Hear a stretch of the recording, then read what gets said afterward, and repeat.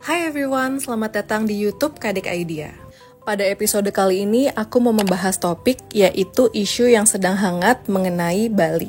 Dan narasumber kita kali ini adalah Jero Arum, yaitu seorang teologi Hindu dan budayawan nasional khususnya di Bali. Topik yang mau kita bahas kali ini, yang pertama ada pohon ratusan tahun ditebang untuk beach club dan penggerukan tebing di Uluwatu. Jadi baru-baru ini beredar sebuah video yang menarik perhatian warganet gitu lah ya. Dalam video yang diunggah oleh akun The Rahayu Project itu, terlihat proses penebangan sebuah pohon besar di Bali yang diperkirakan sekitar 100 tahun. Nah, hal yang serupa juga terjadi yaitu penggerukan tebing di Desa Pecatu Bali untuk pembangunan hotel. Kemudian juga ada isu yang lagi rame yaitu lab narkoba yang terbongkar di Bali oleh 3 warga negara asing. Kemudian juga aku mau ngebahas soal isu sampah yang lagi rame juga karena ada kebakaran di TPA Suwung Bali. Dan yang terakhir adalah kasus sekelompok turis asing cabul diduga membuka sekte sesat di Bali. Jadi langsung aja kita ngobrol sama Jero Arum menurut beliau dari sudut pandang teologi Hindu dan budaya. Swastiastu, Jero. Swastiastu, Kadek. Makasih udah boleh lagi diajak podcast. Iya, siap. Tadi kita udah ngasih recap sedikit tentang apa yang mau kita diskusiin hari ini, Jero. Jadi mungkin kita bakal ngobrolin soal isu-isu yang lagi hangat di Bali gitu. Gitu ya, kayak beberapa hal lah. Kok jadi deg-degan ya? Ini mau bahas isu-isu. Ya. Bagaimana, Dek? Soalnya di media sosial itu lagi rame juga, Jero. Maksudnya tentang Bali atau kayak banyak kritikan lah ke Bali gitu. Mungkin nanti kita boleh ngasih point of view dari segi teologi atau agama dan budaya kali ya, Jero ya. Iya. Baik. Saya berusaha ya, Kadek. Dan mungkin kita nggak bakal masuk ke ranah kebijakan pemerintah gitu ya. Betul. Sebelumnya mungkin kenalan dulu sama Jero Arum yang belum kenal. Jadi Jero Arum ini lagi sibuk apa nih, Jero, sekarang? Ya, karena tugas saya di Dinas Kebudayaan Provinsi Bali selaku pelaksana Pesta Kesenian Bali. Jadi pada kesempatan ini saya sedang fokus untuk mempersiapkan Pesta Kesenian Bali yang sebentar lagi dilaksanakan di bulan Juni, tepatnya tanggal 15 Juni, Kadek. Jadi ini lagi sibuk. Wah, sibuk banget. Berkeliling Bali untuk melakukan pembinaan, pemantauan, monitoring, persiapan kabupaten kota dalam rangka menyambut pesta seni ini. Ya, nanti kalau Kadek ataupun para pemirsa sekalian liburan nanti bisa ke pesta seni gitu. Jadi sambil mengapresiasi dan belajar tentang kebudayaan kita di Bali. Begitu, Dek. Oke. Berarti Jero Arum ini juga sebagai yang turun langsung lah ya ke kegiatan budaya di Bali. Ya, karena panitia di lapangan ya tugasnya memang harus agak padat ya. Iya, agak padat sedikit ya. Oke, Kadek. Nah, Kadek langsung nanya to the point aja kali ya, Jero ya. Iya. Nah, jadi isu pertama adalah kayak lagi rame banget pohon yang ditebang yang umurnya 100 tahun gitu ya kalau nggak salah, demi membuat beach club gitu. Kemudian juga ada penggerukan tebing di Uluwatu.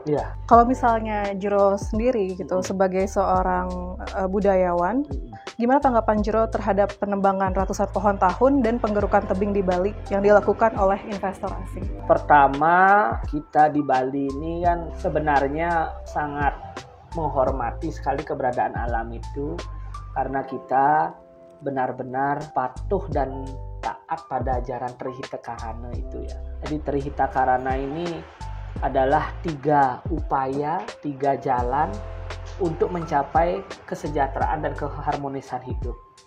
Yang pertama, parhyangan, harmoni antara diri kita dengan Sang Pencipta. Pawongan, harmoni antara diri kita dengan sesama manusia.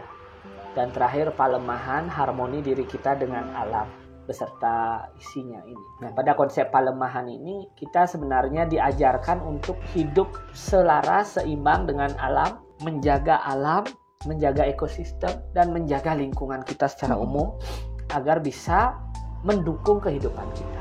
Nah, yang sering terjadi sekarang adalah kepentingan diri kita mengabaikan kepentingan alam. Jadi untuk mendukung aktivitas, kebutuhan, dan untuk mencapai pundi-pundi kekayaan itu, alam sering dikorbankan. Karena alam hanya dipandang sebagai alat pemuas keinginan. Ketika alam dipandang sebagai alat pemuas, alam dipandang sebagai hanya benda mati yang memang tugasnya untuk menyenangkan hidup manusia, maka manusia akan menjadi semena-mena terhadap alam. Sedangkan secara budaya kita di Bali, alam itu bukan benda mati, alam itu bukan alat, tapi alam adalah saudara tertua. Bahkan bumi ini adalah ibu, langit ini adalah ayah, pohon-pohon adalah kakak-kakak tertua, hewan-hewan adalah juga kakak kita, saudara-saudara kita. Jadi di Bali, hutan khususnya pohon-pohon itu dianggap kakak tertua. Maka dia alam ini adalah bagian dari, karena kita saudara, keluarga kita, maka tidak boleh semena-mena memperlakukan alam. Hewan-hewan pun kita sebut semua panggilannya dengan istilah jero. Harimau dulu disebut dengan jero mong atau sang mong. Bahkan tikus pun disebut jero ketut. Iya, di Bali tikus ini yang padahal hama kita sebut dengan jero ketut. Walaupun dia merugikan, dia itu membawa gini, kita tetap jero ketut, jangan mengganggu. Kita hormati hewan itu. Artinya apa? Ketika kita menghormati dan memposisikan alam ini seperti kita, setara dengan kita, maka kita tidak akan semena-mena menggunakan alam. Ketika kita mengambil, kita akan merawatnya. Maka di Bali, ketika orang memotong kayu, dia bertanggung jawab untuk menanam kembali. Gitu. Harusnya seperti itu. Gitu. Nah, sekarang yang terjadi ketika investor datang, dia membeli lahan, membeli tanah dari orang Bali, kemudian menjadi hak miliknya, dan dia bebas membangun di tanahnya mereka sendiri. Ketika ada pohon besar seperti itu, dihilangkan. Itu di tanah mereka sendiri, ya silakan. Jangan sampai nanti yang terjadi adalah di tanah adat, di tanah umum, di tanah tempat suci, di tanah pura itu ada pohon besar, itu dipangkas semuanya. Dengan dalih keselamatan misalnya, biar tidak menimpa pohon ini, biar menimpa bangunan dan lain sebagainya.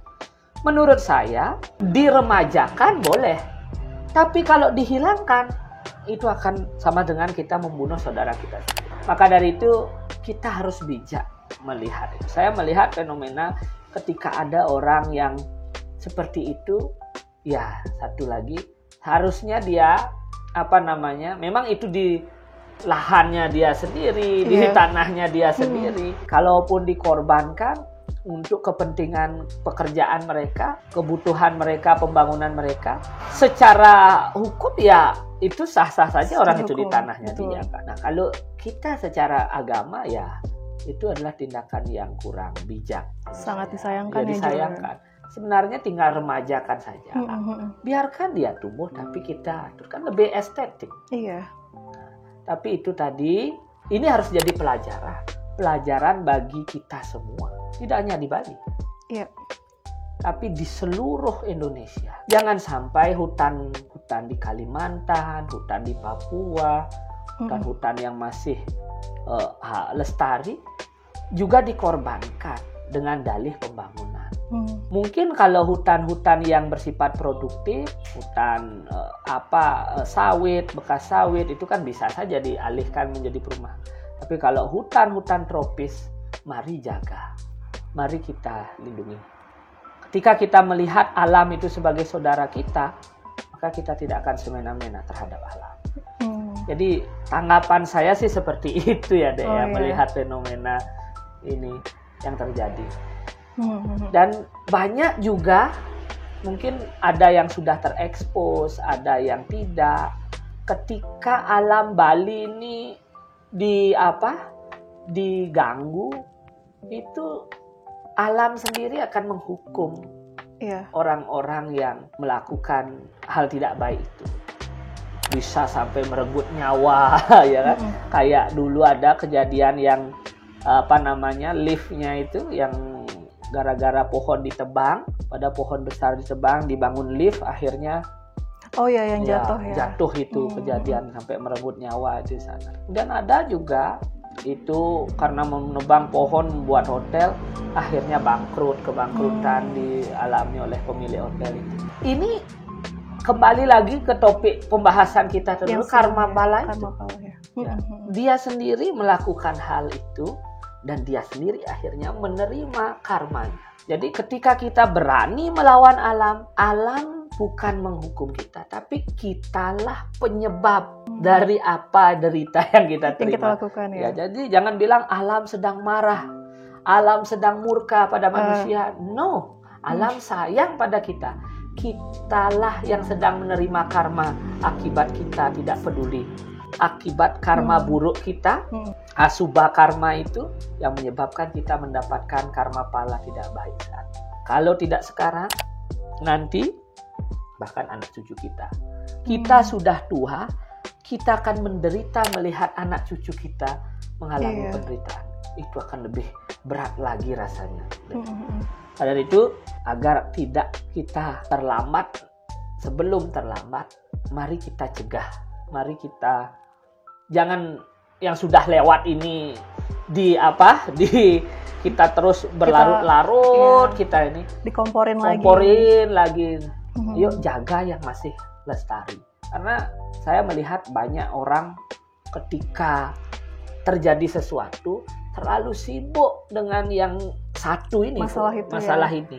Ya, masalah yang lain terabaikan. Nah, maka dari itu yang lewat ini biarkan lewat, biarkan karma pala yang akan bekerja, hukum alam reta yang akan bekerja. Sekarang kita yang berkomitmen.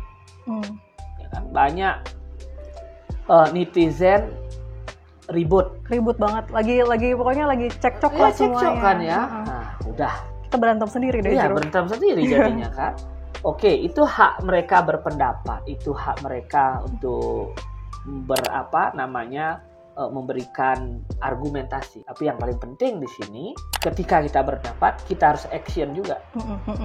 Apa yang kita bisa lakukan untuk menjaga alam ini kan itu? Iya. Apa kan itu? Jangan sampai kita menghujat orang, tapi kita sendiri nggak ngeliat diri sendiri ngapain ya? Iya, kita sendiri masih tidak peduli pada alam. Kita sendiri masih hal sederhana seperti pemerintah sering mengatakan bagaimana kita memilah sampah lah sederhananya, terus di rumah lah bagaimana kita menjaga kebersihan rumah. Jangan jauh-jauh dulu kebersihan rumah, kebersihan kamar tidur kita. Gimana kamar tidur kita? Udah bersih nggak? Kan gitu. Nah, sampai di sana dulu. Jadi kadang-kadang itu kita seperti dibilang semut di ujung sungai, ujung tepian danau itu kelihatan besar. Gajah di depan mata, di pelupuk mata tak tampak. Ya kan? Hal kecil kejahatan orang lain yang jauh di sana, itu kelihatan banget. Tidak sadar kita punya kejahatan yang lebih besar, kita tidak sadari. Iya, benar. Nah, jangan sampai begitu. Makanya orang Bali bilang gampang mengkritik orang itu, tapi sadarkah diri kita sudah sempurna belum? Jadi pada kesempatan ini momen ini saya bangga dengan kesadaran, kepedulian orang Bali dan semua masyarakat terhadap yang terjadi kemarin ini. Tapi semoga hal ini juga dibarengi dengan aksi nyata mereka dalam menjaga alam. Jadi semoga ini jadi pemantik nantinya deh, untuk kita semua lebih sadar dan lebih cinta lagi pada alam gitu. Iya sih, Jero, bener sih. Dengan kejadian ini yang viral ini ya, kita jadi kayak kayaknya harus banyak nih yang berubah atau introspeksi gitu, Jero. Betul. Jadi lebih ke positifnya ya. Kalau saya memandang pasti akan ada tergugah lah hati para masyarakat itu untuk lebih, kasihan sekali ya pohon itu ini. Dan semoga hati yang tergugah ini benar-benar menggugah kesadaran yang berkelanjutan untuk menjaga alam dan lingkungan itu. Saya yakin kenapa mereka marah, mereka geram, mereka menghujat itu, karena mereka sadar bahwa itu adalah saudaranya. Ibaratnya kok saudara kita dibunuh, disia-siakan seperti itu kan kita tidak terima, berontak. Tapi kan tidak cukup dengan berontak, berbicara itu ada. Mari kita tunjukkan kesedihan kita yang lalu karena tumbangnya pohon itu. Mari kita tunjukkan dengan kebangkitan untuk sadar dan menjaga saudara-saudara kita yang lain, pohon-pohon yang lain, makhluk-makhluk yang lain, agar semua harmoni kembali. Oh, makasih Jero. Nah Jero, kemudian mau nanya isu yang lagi hangat juga. Jadi lab narkoba yang terbongkar di Bali, Jero. Jadi ada 3 warga negara asing yang ditangkap. Jadi ada beberapa ganja dan narkotika gitu. Tanggapan Jero gimana? Saya juga kaget mendengar berita itu. Berarti kita kecolongan. Iya. Ini bukan salah pihak tertentu, tidak. Tetapi yang namanya maling, yang namanya penjahat itu memang pintar sekali menutupi kejahatannya. Tapi pepatah orang Bali bilang, tusing ngidang nekepin andus. Tidak bisa menutup asap itu. Di mana ada asap, di situ ada api. Di mana ada kejadian, di mana ada kenapa peredaran narkoba di Bali meningkat, ya pasti penyebabnya salah satunya adalah pasti ada oknum yang bermain dan akhirnya bahkan bisa memproduksi itu di Bali. Ini kan adalah hukum sebab akibat. Inilah karma pala itu. Jadi sekuat apapun menutupi kejahatan itu, sepintar apapun mengelabui itu deh, pasti akan ketahuan. Dan yang terjadi memang adalah kita orang Bali kadang sudah melihat kejadian yang aneh atau kejadian yang tidak baik, kita sering itu bukan urusan saya. Iya. Tidak ingin mencampuri. Tidak ingin mencampuri. Agak cuek sih. Cuek lah jadinya. Itu urusan dia. Jadi kadang-kadang hal-hal yang kita itu malas ribut, mungkin 2. Iya betul. Maka ketika kita melihat hal-hal yang seperti itu, kadang-kadang kita abaikan. Maka apakah mungkin ada pengabaian awalnya di sana sehingga mereka berani seperti itu? Maka dari itu dengan ada kejadian ini sebenarnya semua pihak lebih kuat lagi. Dan saya yakin desa adat ini sudah berjuang habis-habisan. Terutama desa adat yang di Kabupaten Bandung, semeton kita yang memang di kawasan pariwisata, mereka pasti ewuh pakai ewuh. Di satu sisi mereka ingin pariwisata, ekonomi lebih mudah, lebih berkembang, investasi lebih banyak dengan kita tidak berbelit-belit. Tapi di satu sisi itu akan menjadi bumerang bagi dirinya. Maka dari itu saya merasakan betul bagaimana dilema yang dihadapi oleh perjuru desa adat kita yang ada di kawasan pariwisata. Maka dari itu jangan hanya mengandalkan perjuru, tapi kesadaran masyarakat itu perlu ditingkatkan agar tidak ada cuek-cuek begitu. Itu urusannya dia. Ini ngapain kita ini? Kadang-kala ketika kita membiarkan, itulah akhirnya seperti itu. Sama seperti kasus narkoba ini. Saya rasa awalnya adalah dari mungkin dianggap biasa-biasa saja, kemudian dibiarkan, pembiaran mereka akhirnya berani. Dan alam sendiri yang akhirnya menghukum. Saya percaya betul alam Bali maupun Indonesia ini, barang siapa yang melakukan kejahatan, barang siapa yang melakukan hal yang tidak baik, alam ini benar-benar bekerja dan menghukum mereka gitu. Karena sejarah sudah membuktikan bagaimana dahsyatnya dan nyatanya hukum karma pala itu, apalagi di Bali. Maka dari itu umat Hindu, saudara-saudara Hindu di Bali ini, jangan putus-putusnya melakukan yadnya, jangan putus-putusnya menebar kebaikan itu. Tidak hanya di Bali, di seluruh Indonesia, saudara-saudara kita di seluruh Indonesia, jangan henti-hentinya kita melakukan ibadah, jangan putus-putusnya kita menebar kebaikan. Karena itu sebenarnya sebuah benteng spiritual kita untuk mempermudah alam ini memberikan sanksi, memberikan karma pala kepada para pelaku-pelaku yang jahat ini. Jadi kita percaya itu. Sekalipun bukan kita yang menghukum mereka, tapi alam membongkar mereka. Pasti akan terbongkar. cepat atau lambat. Dan dengan adanya ini, kita semua harus waspada. Berarti, seperti yang saya katakan dulu, musuh kita sudah semakin dekat. Ya kan? Seperti topik kita dahulu tentang Kali Yuga itu. Ya, ternyata Dwapara dan Kali Yuga ini musuh itu semakin dekat. Semakin terlihat sekali ya. Dan saking terlihatnya musuh itu, kadang-kadang kita menganggapnya itu sebagai teman atau saudara. sampai kita itu tidak sadar itu adalah musuh kita. Sama seperti ini pelaku narkoba ini. Bisa jadi dia teman kita, saudara kita, keluarga kita. Nah, Jero, kalau misalnya kondisinya kita tahu gitu, lebih baik kita ya udahlah, kita cuek aja atau apatis aja, atau kita harus beraksi sih sebenarnya, Jero? Ya, satu sisi ketika kita baru melihat sekali, mungkin kita belum punya bukti yang cukup. Tapi kalau kita melihat berkali-kali, melihat terus itu terjadi, kita harus melaporkan. Kita harus bersuara. Karena tiap laporan yang kita berikan itu, sekecil apapun, itu pasti penting dan bermanfaat. Jadi reaksi kita tidak perlu masif gitu ya, dengan langsung menggerebek, langsung turun tangan itu enggak. Tapi kita ikuti aturan mekanisme yang ada. Buatlah laporan, laporkan diri, pasti itu. Jadi hal-hal sederhana seperti itu. Kedua adalah dengan kejadian seperti itu berarti kita dan keluarga dekat kita, minimal adik-adik kita, anak-anak kita edukasi bahwa bahaya narkoba sudah di depan mata. Narkoba adalah musuh kita bersama. Karena dalam Hindu pun, walaupun dulu belum disebut narkoba, tapi itu adalah bagian dari made. Made itu adalah kemabukan. Kemabukan ini bisa disebabkan oleh minuman, bisa juga disebabkan oleh obat-obatan ini. Disebut dengan madat.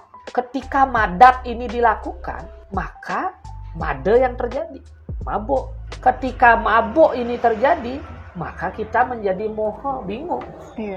Ketika kebingungan ini terjadi, maka akan terjadi emosi, kroda. Kemarahanlah yang terjadi. Emosi tidak stabil. Maka krodat bawati samoha. Dalam Bhagavad Gita, kemarahan menyebabkan kebingungan. Samoha smriti vibramsat. Karena kebingungan menyebabkan akal pikiran kita menjadi tidak jernih. Smriti bramsat budi naso. Pikiran tidak jernih menyebabkan kita tidak bisa memilah mana baik yang benar. Budi kita hilang. Budi nasat pranasiati. Ketika budi kita tidak bisa memilih mana yang baik dan buruk lagi, maka kehancuran akan menghampiri manusia. Jadi penyebab pertamanya itu adalah kebingungan, emosi, kemarahan. Ini yang tidak stabil inilah kalau dipicu dengan minuman, dipicu dengan obat-obatan, dipicu dengan narkoba, gampanglah menyebabkan kita menuju kehancuran. Jadi keluarga terdekat kita harus kita edukasi, keluarga terdekat kita harus kita jaga. Protektif bukan berarti melarang ini itu. Jangan ke sana, jangan ke sini, jangan main sama dia, jangan. Posesif. Itu posesif namanya. Protektifnya yaitu kita edukasi. Ini bahaya, nanti kamu bisa begini. Menurut saya itu lebih baik. Jadi dibangkitkan kesadarannya. Jangan ditakut-takuti, apalagi dibatas-batasi. Semakin ditakuti, semakin dibatasi, semakin penasaran mencari tahu nanti. Jadi lebih baik kita edukasi dan lebih baik kita berikan dia keyakinan dan kepercayaan. Kalau saya seperti itu, apa yang kamu lakukan, maka kamu sendiri yang akan menerimanya. Tetapi apa yang kamu terima, bukan kamu saja yang menerima. Semua orang di sekitarmu juga akan ikut merasakan sakit dan lukanya nanti. Artinya ketika kamu berani melakukan kesalahan, kamu pasti akan dapatkan hukuman atas kesalahanmu itu. Tetapi karena hukumanmu itu juga akan menyiksa dan menyakiti keluargamu yang lain.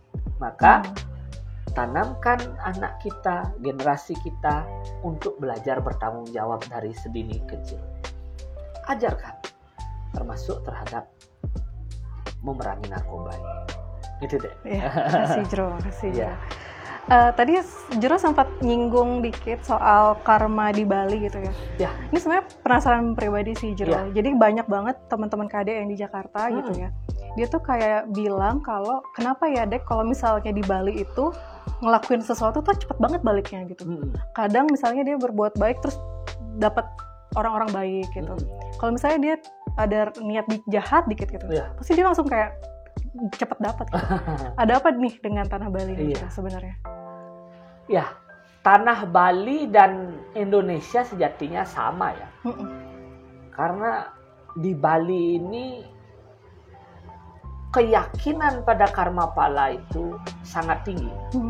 Jadi vibrasi keyakinan ini yang membuat alam Bali ini masih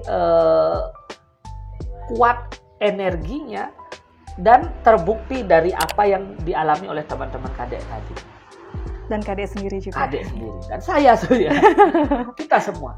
Yang kedua, penyebabnya alam Bali ini kenapa begitu sangat artinya sakral sekali ya bisa dikatakan. Salah satu penyebabnya karena titik-titik kesucian alam Bali ini masih terjaga. Ada 6 titik yang menjaga kekuatan alam Bali itu, yaitu gunung, hutan, danau, laut, kemudian desa adat, dan bumi ini. Inilah Satkertih itu. Satkertih inilah yang sebenarnya kunci penyelamat, penguat taksu Bali.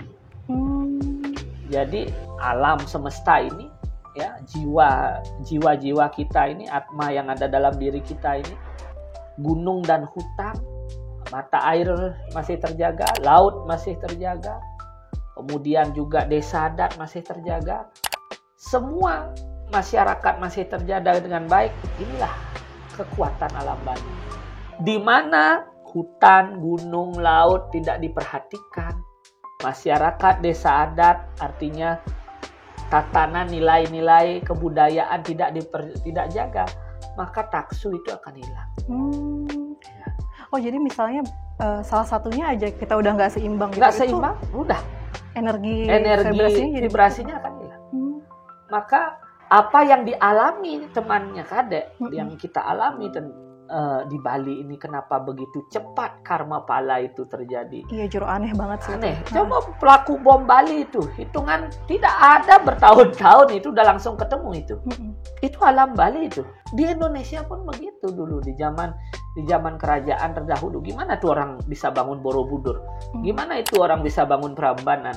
Bertahun-tahun itu dirusak oleh digempa, oleh rusak gempa Gunung Merapi, tapi kok masih tetap strukturnya terjaga? Karena alam inilah yang menjaga. Dulu leluhur kita sangat peduli pada hutan, gunung, air, danau, sungai, laut, termasuk juga masyarakat, solidaritas masyarakat. Maka itu kuncinya. Jadi kalau kita ingin menyebarkan biar seluruh Indonesia ini gimana punya vibrasi yang sama seperti Bali, harus dimulai dari kesadaran itu. Menjaga gunung dan hutan, menjaga air dan sumber daya air lainnya, menjaga laut beserta isinya, menjaga keharmonisan masyarakat, kemudian menjaga benteng-benteng agama, ajaran luhur agama kita. Maka keharmonisan alam ini pertama kuncinya adalah kesadaran pada alam. Jadi alamlah bentengnya. Di mana alam Bali ini dirusak dan sudah orang-orang udah tidak peduli, akan kelihatan suasana Balinya akan hilang. Bener sih, ada yang kuat banget rasanya di suatu daerah atau gimana, tapi ada suatu tempat yang kok kayaknya beda ya, kayak di Bali ya. Gitu. Nggak kayak di Bali rasanya. Berarti di tempat itu orang sudah tidak peduli dengan 6 tadi. Nah Jero, ini makasih tadi jawabannya. Nah ini pertanyaannya lanjut sama nih, mirip-mirip nih Jero. Jadi baru-baru ini kan ada kebakaran sampah yang lumayan rame ya, sehingga di daerah sekitar itu anak-anak sekolah itu kayak terdampak gitu Jero. Jadi kayak ada beberapa yang sampai sakit, kena ISPA dan yang lain gitu. Nah tanggapan Jero tentang sampah ini gimana sih Jero sebenarnya? Sampah ini jadi istilahnya sekarang masalah tidak hanya di Bali, Tidak hanya di Indonesia, seluruh dunia. Iya. Kenapa produksi sampah banyak? Karena ya satu, banyak makanan kemasan dibungkus oleh ya itu plastik, karton dan lain sebagainya. Dan kita belum mampu mengolah itu lagi, mendaur itu lagi. Populasi manusia semakin meningkat. Iya sih ya. Ya kan, populasi meningkat, kemudian konsumsinya juga meningkat. Di konsumsi itu ada pembungkus. Sederhana saja tadi kita lihat tadi. Kita dalam sejam itu bisa memproduksi 10 sampah. Iya, benar. Ngemil apa ya? Ngemil dan apa 10 itu sejam saja itu 10. Benar. 24 jam udah 240. Jadi satu manusia itu bisa menghasilkan sampah beratus-ratus setiap harinya. Baru satu manusia, belum lagi jumlah manusia sekarang populasinya sudah dari sekian miliar sudah jumlah manusia itu. Gimana itu? Iya sih, Jero. Maka dari itu sebenarnya kita memproduksi sampah, harusnya kita yang bertanggung jawab terhadap sampah kita sendiri. Maka di Bali ini kan ada pengolahan sampah berbasis sumber. Jadi sampah yang ada di desa disebabkan oleh masyarakat di desa itu, kelolalah di desa itu. Jangan kita makan yang enak-enak, sampahnya kasih orang lain. Iya. Itu sih itu. Memang harus segera ditangani ya istilahnya. Makanya dari dulu kalau kita melihat orang tua-tua kita dulu, sampah itu ya dikelola di rumah tangga itu. Maka sisa makanan itu dibuang, dikasih hewan ternak. Kemudian sampah-sampah dapur ditimbun, ditebel zaman dulu. Nah, tapi sekarang karena plastik inilah, satu sisi plastik itu bermanfaat, praktis, dan juga bisa menjaga istilahnya orang biar membatasi penebangan pohon, membatasi pembalakan hutan karena untuk membuat kertas dan lain sebagainya. Di satu sisi ini plastik ini susah terurai. Betul. Ya, susah terurai. Kalau ditimbun begitu saja ditebel kan tidak baik. Mungkin dengan sekarang adanya program bank sampah di Banjar-Banjar itu jadi solusi. Sampah organiknya ditimbun, ditebel menjadi kompos, sisa-sisa makanan diberikan pada hewan ternak. Zaman dulu punya sapi, punya babi gitu, melihara anjing, kucing, itu kan bisa itu pemilahan gitu dipilah ya. Begitu. Jadi sampah yang di rumah kita kelola di rumah, yang tidak bisa kita kumpulkan seperti plastik itu di bank sampah. Kalau sudah semua seperti itu, konsepnya seperti leluhur kita zaman dulu gitu. Kita memproduksi sampah, kita sendiri yang menyelesaikan sampah itu. Jadi di Bali itu setiap rumah itu pasti punya tebel. Di tebel itu ada tempat pembuangan, sekaligus ada tempat ternak. Jadi sampah makanan itu, sisa makanan itu dikasih ke ternak dan baru dibuang di tebel, ditimbun di tebel. Jadi bermanfaat juga. Bermanfaat. Yang terjadi sekarang adalah kita tidak begitu lagi. Iya. Kita memproduksi sampah, sampahnya dikasih orang lain, kemudian ditimbun di desa di tempat tertentu, di tempat TPA, sudah yang akhirnya terdampak orang di sekitar itu. Dan bisa jadi kalau tidak ada kesadaran bersama membatasi sampah itu, timbulan sampah itu, ya bisa jadi seluruh Bali ini akan diurung oleh sampah. Iya. Kan gitu. Maka dari itu sekaranglah kita berpikir untuk memproduksi sampah. Seperti yang saya bilang tadi, 1 jam saja kita bisa menghasilkan 10 sampah. Berarti kesadaran kita sendiri dulu ya. Iya. Kalau saya sih begitu ya. Menggerakkan orang beratus juta ini nggak bisa sekejap mata. Tapi mulailah dari kita.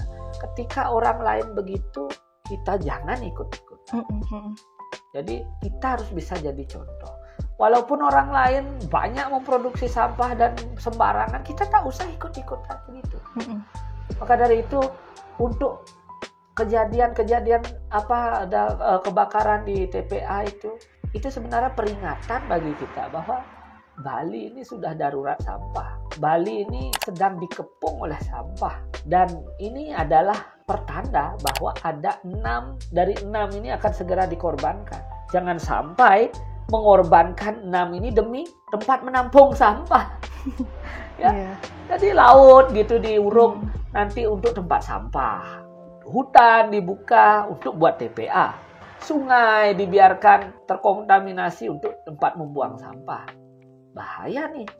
6 penyebab alam Bali ini, Sukerta alam Bali ini seimbang ini akan terganggu kalau di 6 titik tadi itu terabaikan. Bahaya. Maka dari itu kelolalah sampah dari rumah kita sehingga dampak-dampak yang seperti tadi Kadek sebutkan bisa kita minimalis. Terima kasih Jero, tapi itu PR yang panjang banget. PR yang panjang. Jangan nyalahkan pemerintah, jangan nyalahkan desa ini, desa itu, orang ini, orang itu. Mari kita mulai dari diri sendiri. Nah, mungkin ini topik terakhir nih Jero. Jadi ini belum tahu sih benar apa enggak, jadi belum terkonfirmasi. Sebelumnya itu isu dari Ibu Niluh Jelantik. Jadi kayak membagikan video bahwa ada suatu perkumpulan gitu ya, sekelompok turis asing melakukan kegiatan tidak senonoh di sebuah villa Ubud Bali. Jadi tuh katanya ya, bilangnya itu adalah suatu kegiatan keagamaan bersama gitu, spiritual, tapi ternyata malah jadi kayak sekte sesat gitu. Nah, menurut Jero gimana terkait hal ini? Semoga unggahan yang di berita yang disampaikan itu bisa diusut tuntas oleh pihak-pihak terkait. Dan kalau memang itu terjadi, ya tentu ini adalah koreksi bagi kita semua. Adalah cara kita untuk mulaksarire, introspeksi diri bahwa kita lalai juga. Dan memang orang berspiritual itu, Bali ini memang sekarang jadi magnet spiritual dunia ya. Jadi turis-turis asing itu banyak ke Bali karena mereka menemukan kedamaian di Bali ini. Dan mereka memang mencintai, menggemari praktik-praktik spiritual yang dilakukan di Bali. Melukat, meditasi, yoga, apapun itu. Banyak sekali. Nah, yang terjadi sekarang adalah ada oknum-oknum yang menyalahgunakan dan menyalah tafsirkan praktik spiritual. Dan kadang-kadang membawa pemahamannya sendiri yang kemudian dijadikan dan dikultuskan sebagai sebuah praktik spiritual. Yang namanya praktik spiritual dalam ajaran Hindu itu adalah satu, tidak mungkin memuaskan diri. Ada. Orang berspiritual itu tidak ada memuaskan diri atau memuaskan keinginan, itu tidak ada. Yang ada adalah membatasi keinginan dan mengendalikan keinginan. Oh, ini praktek tantrayana. Betul, tantrayana memang ada praktek seperti itu.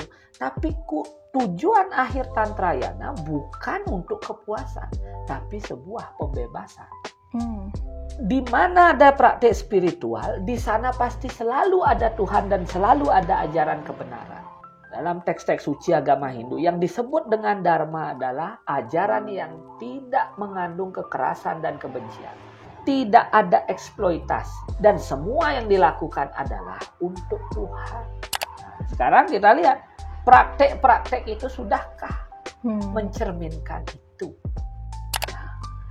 Iya sih Jero. Jadi kalau ada orang saya ini latihan praktek spiritual, tetapi tujuannya bukan untuk pembebasan, bukan untuk menuju kedamaian, untuk menuju Tuhan, itu bukan spiritualitas. Memuaskan diri namanya itu. Iya. Ketika pemuasan diri maka jauh dari spiritualitas. Karena spiritualitas itu bukan memuaskan diri, tetapi mengharmoniskan diri. Gitu. Orang berpraktik spiritual jauh dari keramaian. Kenapa jauh dari keramaian? Karena dengan menjauh dari keramaian itu, dia bisa tahu dengan dirinya sendiri siapa. Oh gitu Jero ya? Iya. Makanya orang banyak menyepi, mencari tempat-tempat yang tenang, mencari tempat ini. Ya itu tujuan, karena dia ingin bertanya dan berdialog dengan dirinya sendiri. Itu orang berspiritual. Ada orang berspiritual di zaman sekarang, memang orang berspiritual itu tidak harus ke gunung ini, tapi di masyarakat umum pun bisa. Cara orang berspiritual di dunia umum ini adalah dengan membantu sesama, meringankan beban orang lain. Itu orang berspiritual juga. Jadi berspiritual itu intinya adalah bukan memuaskan keinginan, bukan bersenang-senang untuk kepuasan indrawi, tapi bagaimana dia itu melatih mental dan jiwanya untuk penyerahan diri kepada Tuhan. Maka Sang Buddha dulu pernah mengkritik praktek penyiksaan diri sendiri dengan dalih spiritual. Jadi ada orang dulu tidak makan beratus-ratus tahun sampai kurus ceking gitu ya. Terus ada orang sampai membentur-benturkan kepalanya. Pokoknya praktek-praktek spiritual dulu itu menyeramkan. Bagi mereka yang meyakini itu, dia akan mencapai pembebasan. Tapi tidak semua orang mampu melakukan praktek tersebut. Lalu bagaimana caranya mencapai jalan pembebasan itu, nibbana itu? Akhirnya Sang Buddha memberikan jalan tengah, bahwa dengan selalu memberikan metta atau cinta kasih kepada sesama, pada makhluk hidup, menghentikan kebencian, menghentikan keroda dalam diri, itulah sebenarnya jalan tapa, jalan meditasi, jalan spiritual itu. Jadi tidak harus kita bertapa atau melakukan aktivitas seperti yang dilakukan mereka itu.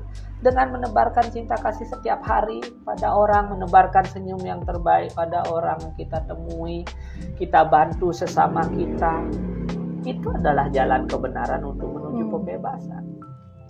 Jadi kalau ada praktek-praktek spiritual ataupun praktek-praktek yang mengatasnamakan spiritualitas tetapi menggoyahkan dan mengganggu stabilitas dan keharmonisan, itu perlu ditindaklanjuti, perlu ditangani. Dan desa adat kembali, pasti desa adat ini terus, kalau di Bali ini terus dijadikan kambing hitam. Ini kemana desa adatnya? Kemana ini? Kasihan desa adat kita terus gitu kan. Maka ayo kerjasama, ayo kita ini pengelola villa, pengelola hotel, ayo lebih care, lebih peduli, diawasi gitu loh. Siapa yang datang, siapa mereka, apa aktivitasnya, awas. Kalau sudah tidak sesuai dengan apa yang kita ini, udah, apalagi berkelompok besar seperti itu, wah sudah. Dan memang perlu orang-orang pemberani yang vokal seperti, ya artinya salah satunya mungkin Bu Luh Jelantik ini yang memang berani menemukan ini. Itu salah satu hal yang penting di Bali ini, perlu orang-orang yang seperti itu, menguap seperti itu. Karena untuk menyadarkan kita yang tidur ini, menyadarkan kita yang dalam kondisi nyaman-nyaman ini gitu. Ternyata ada ancaman lain loh ternyata. Sehingga kita lebih peduli, lebih mawas diri lagi. Jangan sampai terulang dan terjadi lagi di tempat-tempat yang lain. Maka kalau saya lebih bilang, ketika Anda mengalami sakit A, kita tidak boleh hanya berfokus pada penyakit A ini. Kita harus bersiap untuk menjaga yang lainnya agar tidak terkena sakit. Menyembuhkan A tidak harus dengan terus mengurusi A ini sampai kelar tuntas. Tapi selain menuntaskan ini, kita menjaga yang lain-lain. Jadi ada kasus A di tempat ini, tempat lain harus waspada. Iya sih Jero, makasih Jero. Ya mungkin memang kasus-kasus ini membuat kita ya, gak hanya di Bali, mungkin di Indonesia juga. Jadi harus bangun nih, kita harus diingetin lagi nih, gitu kayak Jero ya. Betul. Seluruh masyarakat. Jadi kita bersyukur ada kasus seperti ini untuk lebih mawas diri dan lebih siaga lagi menghadapi berbagai tantangan yang mungkin terjadi ke depan. Iya Jero, bener sih, saya setuju. Apalagi sekarang gak hanya di Bali sih Jero, banyak praktek-praktek yang menamakan Tuhan atau spiritual, tapi mungkin sebenarnya ada maksud di baliknya gitu. Dia akan cepat terungkap. Saya percaya betul, karena dan di zaman Kali Yuga ini kan memang banyak orang yang berjubah pendeta, mengaku pendeta, mengaku orang suci, mengaku pembawa penerima wahyu Tuhan, padahal dirinya adalah membawa kesesatan. Itu banyak sekali dalam cerita-cerita kita Hindu di Purana kita, dalam kitab-kitab suci kita juga disebutkan di zaman Kali Yuga ini banyak sekali cangak meketu gitu istilahnya. Artinya seperti burung bangau yang berpenampilan seperti pendeta. Ini kisah tantri ini salah satu inspirasinya. Jadi ada burung bangau gitu di Kumude Sare, di sebuah danau telaga yang sudah surut. Kemudian ikan-ikannya menghampiri, Bangau, kenapa kamu tidak memakan aku? Oh, saya sudah jadi pendeta, sekarang nggak boleh makan ikan. Bagaimana sekarang saya nih? Oh ya, aku akan menyelamatkan kamu nanti dari tempat ini. Saya akan antarkan kamu ke sungai, ke telaga yang lebih jernih. Bagaimana caranya, Bangau? Ya, masuklah ke mulut saya. Nanti saya akan terbangkan. Karena saking yakinnya dengan penampilan sang Bangau yang sudah tobat itu ya sudah sangat meyakinkan sekali seperti pendeta, si ikan-ikan ini mau. Oke, Bangau, aku percaya, terbangkan aku ke danau yang banyak airnya itu. Oke, diterbangkan, dimakan, dipatuk oleh si Bangau, diterbangkan. Belum sampai di tempat itu sudah diturunkan, langsung disantap habis. Tapi ada ketam ini, si kepiting ini tidak percaya. Ini kok aneh dia ini. Akhirnya apa? Dia tidak mau dimakan, tapi saya bergelantung di lehermu.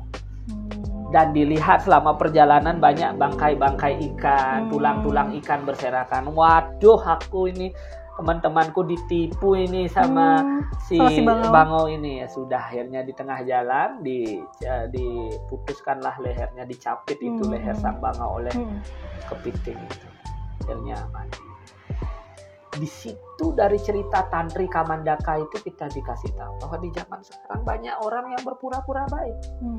Banyak orang yang berpura-pura menjadi spiritualitas, banyak orang yang berpura-pura menjadi pendeta, banyak orang yang berpura-pura menjadi pembawa kebebasan, menjanjikan surga, menjanjikan ini. Tetapi sejatinya dia punya motif lain, mengeruk keuntungan, mencari. Kalau orang sudah ngomongin berspiritualitas, kalau saya ini orang berspiritualitas itu adalah tidak ada orang ngajak-ngajakin. Ikut aku yuk, kamu akan dapat ini. Kalau sudah ada promosi-promosi gitu itu ada hal lain, ada tanda tanya. Kalau saya, karena dalam peguruan, dalam penabean dalam Hindu, muridlah yang mencari gurunya, bukan guru mencari murid. Kalau dalam penabean ini, dalam sisi sesana saya lihat, tidak ada guru yang halo, ayo sini yuk belajar sama saya. Tapi orang yang mencari dirinya, berarti itu guru sejati. Itu orang spiritual. Kalau saya ini memahami dari teks-teks suci. Yang kedua, yang namanya guru spiritual itu tidak serta-merta langsung memberikan ajaran pada muridnya. Pasti diuji dulu muridnya. Ini sudah siap Anda menerima pelajaran ini. Oh gitu ya ajarannya? Iya. Maka adalah pariksa. Ada namanya nih pariksa, inilah yang di bahasa Indonesia menjadi periksa. Periksa inilah ujian. Diujilah dulu. Caranya gimana? Banyak cara. Guru ini menguji. Oh, ini murid ini belum pas dapat materi ini. Dia akan dengan pertanyaan-pertanyaan, dengan dikasih, coba kamu lakukan tapa ini, coba kamu lakukan berata ini. Akan diuji. Kalau tidak cocok, guru tidak akan menerima. Saya tidak mau ngajarin kamu. Gitu. Maka kalau ada, bukannya bagaimana ya, saya bukannya antipati orang ada mengajak orang berbuat baik itu bagus. Iya. Tetapi kalau ada yang sampai ngebet banget, ayo ikut saya, kalau nggak kamu nggak berusaha mengancam itu, mencurigakan itu ada apa? Kok kamu ngebet sekali ngajak saya? Dan saya adalah pernah dibegitukan ya. Saya pernah itu. Bahkan dia itu ke rumah saya berkali-kali. Dan dia mengomentari sanggah saya, mengomentari apa yang saya punya, buku saya ini dibilang buku salah semua. Aduh, males banget. Sesat. Dan dia berkata, saya sudah biasa tidur dengan Tuhan. Otak saya tidak nerima, Dek. Iya sih. Pasti kita batin saya ya, nolak. Udah aneh ini. Iya. Dan itu cara. Ketika orang belajar dan niatnya tulus belajar, itu tidak ada jelek-jelekkan orang, itu udah pasti. Udah pasti enggak ya? Nah, ada guru itu, kalau kamu belajar sana, wah sesat itu. Kalau sudah berisi jelek-jelekkan gitu, bukan guru yang benar itu.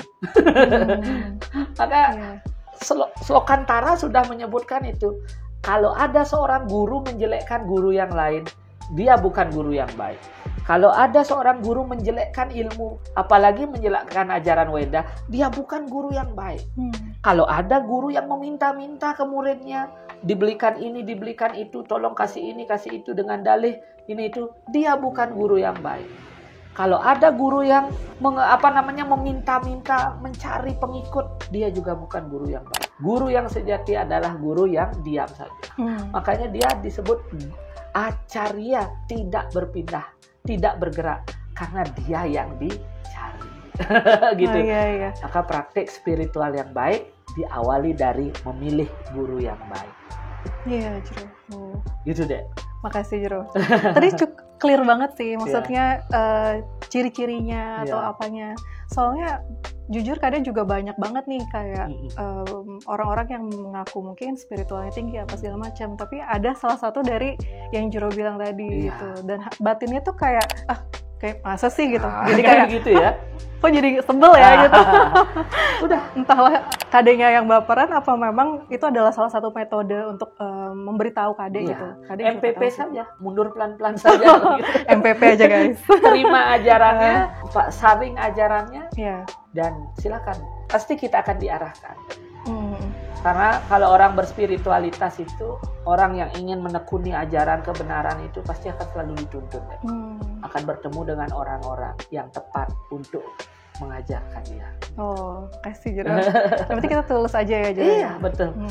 Dan itu ya satu pengalaman saya, dua juga saya dari membaca teks-teks suci kita di Hindu, dan saya pun, pemirsa pun jangan serta-merta percaya dengan apa yang saya katakan. Tapi saringlah, direnungkan kembali. Apakah apa yang saya katakan ini benar? Apakah ini secara logika bisa diterima? Jadi saya tidak menyatakan apa yang saya sampaikan tadi itu adalah kebenaran mutlak yang harus diyakini, diimani, enggak. Tapi ini bahan renungan pada pemirsa sekalian. Ya, Dek ya. Iya. Dan ketika kita merenung, kita ingin mencari hakikat kebenaran, maka kita akan terus dituntun menuju tempat-tempat atau menuju guru-guru, bertemu dengan orang-orang, sumber-sumber untuk lebih meyakinkan apa yang kita yakini dan kita terima dari seseorang. Kasih Jero. Pertanyaan terakhir kali ya, Jero. Oke. Nah, dari sekian banyak fenomena di Bali sekarang, gimana sih kita bisa menjaga taksu kita gitu? Terus yang kedua adalah, Jero masih optimis nggak Bali bisa lebih baik ke depannya? Saya sangat optimis taksu Bali akan tetap terjaga. Apabila 6 sumber taksu Bali itu tetap terjaga dan orang Bali ini masih paham dan yakin betul pada ajaran Karmapala. Saya kembali terus tetap ke Karmapala karena kita semua diikat oleh hukum karma itu. Dan itulah yang menjaga taksu. Ketika kita percaya dengan hukum karma, kita akan selalu berpikir berkali-kali untuk melakukan sesuatu. Kita akan selalu mempertimbangkan baik buruknya untuk melakukan sesuatu. Sehingga kita menjadi terarah dan terukur atas apa yang kita lakukan. Orang memiliki taksu karena orang bisa mengendalikan dirinya. Kenapa sih penari kelihatan, bagus banget penariannya. Auranya kok beda. Beda ya. Karena dia menguasai dan mengendalikan dirinya. Bayangkan penari itu tidak mengendalikan dirinya, ya udah narinya. Kan gitu, kan tidak terkendali. Iya benar. Penari itu kenapa dia bisa sangat bagus dengan gerakannya menyatu dengan segala gerakan tatapan mata, wajah, tangan semuanya menyatu karena dia mengendalikan betul dirinya. Jadi orang yang metaksu dan menjaga taksu Bali ini diawali dengan bisa mengendalikan dan menguasai diri kita. Kalau kita tidak bisa mengendalikan, menguasai dan menyatukan diri kita ini, pikiran, perkataan dan perbuatan kita sudah tidak mentaksu. Nah, jadi taksu Bali dijaga dengan menjaga taksu dalam diri kita. Taksu diri kita dijaga dengan mengendalikan diri kita. Mengendalikan diri kita dilakukan dengan menjaga pikiran, perkataan, dan perbuatan. Taksu itu pasti tumbuh dan terjaga. Oke. Gitu deh. Makasih Jero. Ya. Terima kasih yang udah nonton. Jangan lupa komen, like, and subscribe. dan mohon maaf Jero jika ada salah-salah pertanyaan atau kata. Ya, sama-sama. Bye.